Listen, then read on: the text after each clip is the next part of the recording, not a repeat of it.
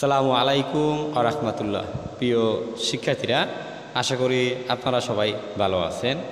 আজকের আলোচ্য বিষয় হবে আপনাদের বিবিএ সেকেন্ড ইয়ারের ইন্টারমিডিয়েট অ্যাকাউন্টিং চ্যাপ্টার 1 হিসাব বিজ্ঞান প্রক্রিয়ার পর্যালোচনা এবং আর্থিক বিবরণী উপস্থাপন, review of accounting process and presentation of financial statements.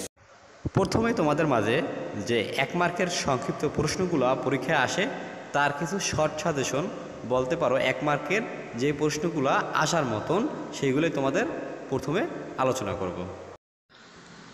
প্রশ্ন 1, পাবলিক হিসাব বিজ্ঞান কি?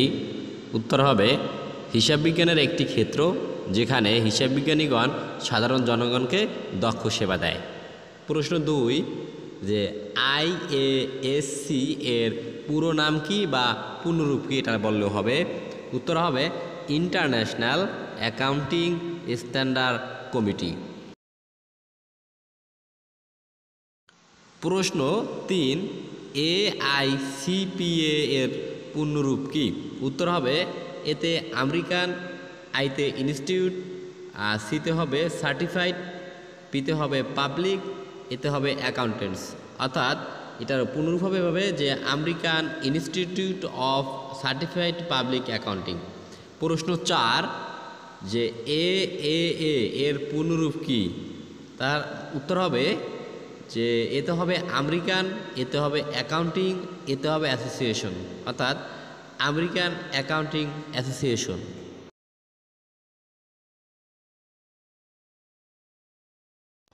প্রশ্ন 5, FASB এর পূর্ণরূপ কি?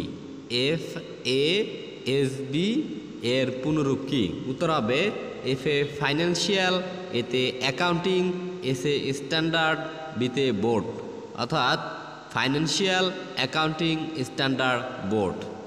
প্রশ্ন 6, ধারণাগত কাঠামো কি? উত্তর হবে পরস্পর সম্পর্কযুক্ত উদ্দেশ্যে এবং মৌলিক বিষয়ের মধ্যে সংগতিপূর্ণ একটি ব্যবস্থা যেটা একটি ধারাবাহিক মনের প্রতিনিধিত্ব করে।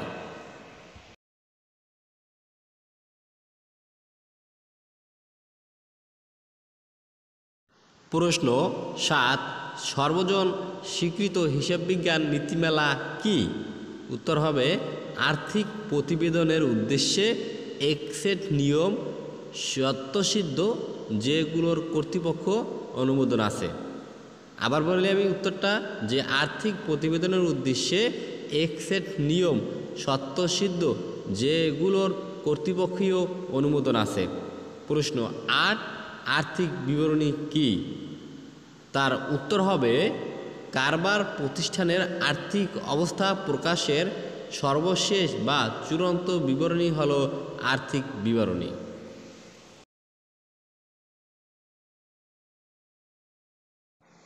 প্রশ্ন 9, নগদ প্রবাহ বিবরণী কি?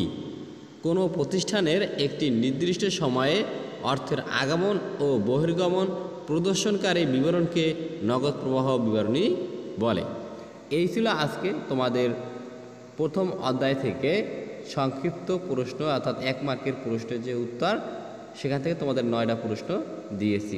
আশা করি এই 9টা তোমাদের পরীক্ষায় খুবই গুরুত্বপূর্ণ প্রভাব ফেলবে এবং এই প্রশ্নগুলো তোমাদের পরীক্ষায়, বোর্ড পরীক্ষায় আসার মতন। আজকের মতন বিদায় নিচ্ছি।